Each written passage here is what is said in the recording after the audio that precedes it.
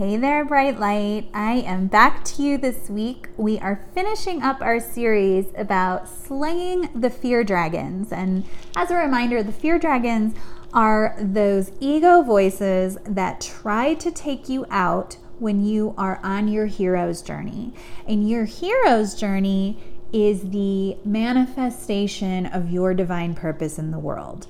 And your divine purpose is always that perfect zone of genius, sweet spot that leverages your innate gifts, talents, experiences, skills, even your messes, so that your mess becomes your message.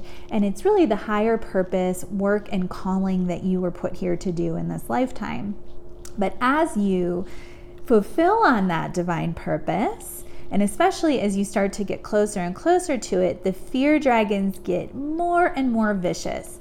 And I always say the creative birth canal is the lair of the dragons. So again, if they're coming up for you a lot, it's probably a good sign that you are narrowing in on something inside of you that feels like joy, and that reminds you that you really know that you were actually put here to live a life of joy and flow and freedom and abundance and all of the beautiful things that Spirit put you here to do. You were not put here to suffer and to live in fear and to play small. But the dragons don't want you to believe that, and they will tell you anything you need to hear to knock you out of the game and to delay your ultimate victory, because that's how they survive. And like we've talked about, they're actually really important in the whole scheme of things, because without them, there's no growth. There's nothing to overcome. What's the point of coming and playing this earth game as a spiritual being unless we have some dragons to slay, right? So we can embrace the challenge. And that right there is a very powerful tool for slaying the dragons. When you remember that the meaning of life is just to live it. It's all of it. It's the challenges, it's the struggles, it's the joys, it's the celebrations, it's all of it. That's the richness of life. So that always helps me when I remember if I'm struggling, like, you know what? I'm up for a good challenge, right? What else do I have to do? It's just life. I'm just here to live. I got nothing better to do.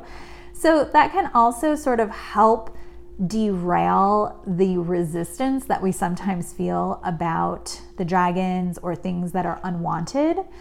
And that's important, because that which we resist persists. So that resistant energy is like your worst enemy when it comes to the fear dragons. And so using these really clever tools that I've been giving you over the last few weeks, like the golden key, like working with parasitic energy, like dropping into the body, and some of today's tools are all of these sort of really sneaky, sly spirit tools that help take the dragons out, that also don't use resistance, because resistance, as we know, just doesn't work. Like, I don't want to feel this way. Like, when does that ever work? Never. So, so today I'm going to walk you through a few of my favorites. This is sort of a smorgasbord of weapons. So the first one is embracing the challenge with your heart wide open and your head held high. Like, yeah, fuck yeah, I can do this. So that's number one. Number two is, I'm going to get to my notes so that I don't forget anything, and also so that I make use of your valuable time. Good use. Two is to move. Okay. Just sometimes you feel terrible. The fear dragons have you. You have no choice but to do something else. Get out of the story, get out of what I call the spiral, right? I don't know if anyone here watches Jersey Shore, but like, I love terrible reality TV. It's one of my favorite little vices. And so they talk about the spiral, and the spiral is, for me, it's like when one terrible thought leads to another terrible thought, leads to another terrible thought, and then like everything just seems like shit. So get out of the spiral and move. Now that can show up in a few different ways. One is just like, go exercise, go for a walk, get outside, go ground your energy. That's another really great tool that I wasn't even thinking of sharing today, but so good. Take your shoes off and go outside and walk in Mother Earth's soil.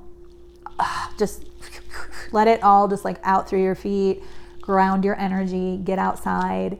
And it can also just like be little things, like just be in action, clean your house, go to the grocery store, do something mundane, but that's like sort of productive, that gets your mind off of the spiral and the sinkhole. And that can often be enough to shift you out of that shitty energy. It can also be like, okay, here's a really great example. In my world, I show up every day to create amazing content for you. There are days that I show up that the dragons show up really fierce. Who do you think you are? You have nothing to say. Who are you to share this stuff with the world? You're not perfect. And I, by the way, am not perfect, right? Everything that I teach you, I share because it works for me, because these are tools and weapons that I use for dealing with my fears that come up every day. So my point in telling you that is that, like, for me, sometimes it's like just doing the work anyway. So yes, I have the fear dragons. Yes, they're in my brain, and I still get to work. I just still do the work no matter what. The dragon doesn't get to drive. It can be there. It can speak. I drive. I do the work. And before long, I find that I'm in the work and like the dragon's gone, you know? So when I say move, it can be any of those things. Just get in action. Stop waiting for clarity before you act. It never happens. I will tell you, after years of waiting for it, I finally realized that clarity comes from action, not the other way around. Okay? So just get in action and your clarity will come. What else? One of my favorites of all time. This too shall pass. This too shall pass. One thing I know is every single time I felt like shit, every single time I felt better. What goes down must come up, right? So my point in saying that is, like, experience will tell you that everything moves in cycles. You can look back on your life and see it. Every time you've had a bad mood, it's been followed by a good mood. Every time. So just using your own personal experience to affirm, yes, this too shall pass. The only thing inevitable in life is change itself. So that alone can, again, just kind of shift you enough to start that upward spiral instead of the toilet bowl spiral, right? Here's another one. This one is so good. This is actually like kind of a Buddhist one. And it comes from this idea that anything that you're feeling, millions of humans have also felt. And not just now in today's world, but for lifetimes, for generations, ancestrally, probably your own ancestors. So it's a sort of loving kindness technique where when you feel bad or the fear dragons have you by the balls, you just take a moment and you say, I'm feeling this on behalf of all humanity and anyone who has ever had this fear, this doubt, this feeling.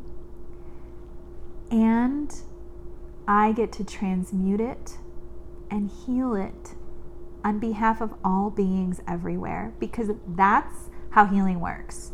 Healing is holographic. We all live in a multiverse. We are all connected. We are all a million drops of the same source. So your healing is healing for your ancestors. It's healing for mankind. It's healing for anyone who's ever lived and dealt with that issue. So when you use tools like the golden key and this too shall pass and removing parasitic energies and getting into the body to integrate your feeling and to transcend it into even just a little brief touch of a healing, a touch of movement away from resistance and closer to integration, You are doing it for everybody. So that really does help me often when I just get in the moment of like, I'm feeling this on behalf of all beings everywhere. And it also reminds me I'm not alone. I am not the only human ever who has ever suffered that particular feeling, right? And that just alone gives me like this like beautiful solidarity with the human race, and this like memory that, or I should say this remembering that I am a human being having a spiritual experience.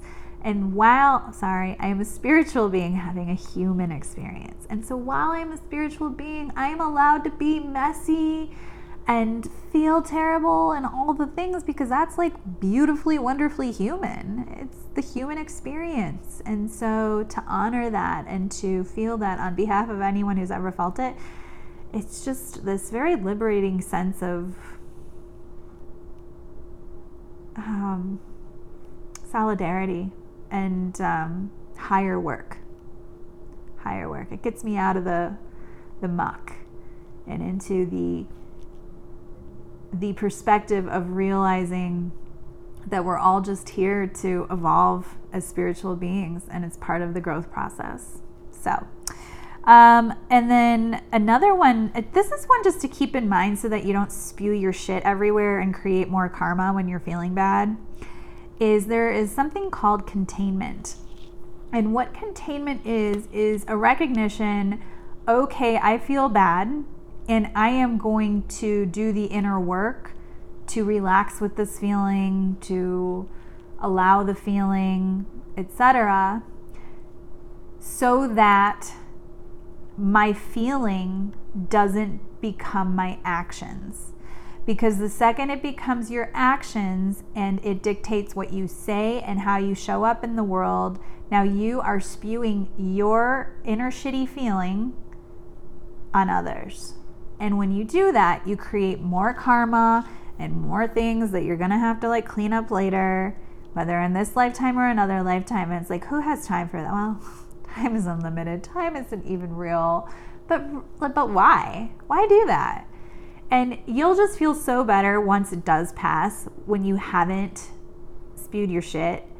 So just bear in mind the word containment and know that you're going to do the inner work using all these tools that I've shared to not have that happen. And if it does happen, it's okay. You're human and you can clean it up, and you can, own your side of the street and certainly right that karma. It's not like it's karma forever. You can certainly right the karma just in the very moment you create it.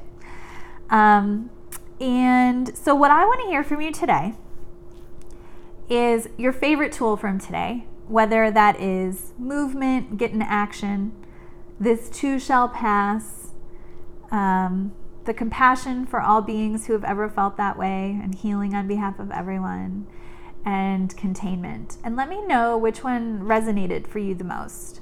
And your inner shaman process work for the week is to call on one or more of these tools this week anytime the fear dragons show up.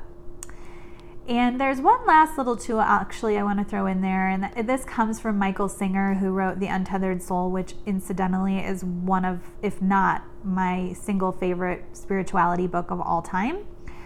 And it is the word relax. It is allowing the feeling and the mental process to be there, witnessing it, and relaxing with it. Just letting it be. Just letting it be. Just relaxing with it. Not having to fight it, change it, resist it, do anything about it. You just relax. And there's really something about that allows it to just kind of move through your energy field and right on out versus fighting it. So let's throw that fifth tool into the mix today. So again, it's movement, this too shall pass, compassion for all beings, containment, and relax. So tell me, what's your favorite one? I'd love to hear how any of the tools I've already introduced to you have been working. Which of these tools is your favorite? Which one you're planning to use this week, or which ones you're planning to use this week? Comment below and let me know. And until I see you next time, it will be our last installment of Tools for Slaying the Dragons next week. So until then, I wish you so well. I wish you much success in slaying those bitch-ass dragons, and I can't wait to hear from you below. Here is to the light worker rising within and the light worker that I know and you know you were born to be. Have a great week.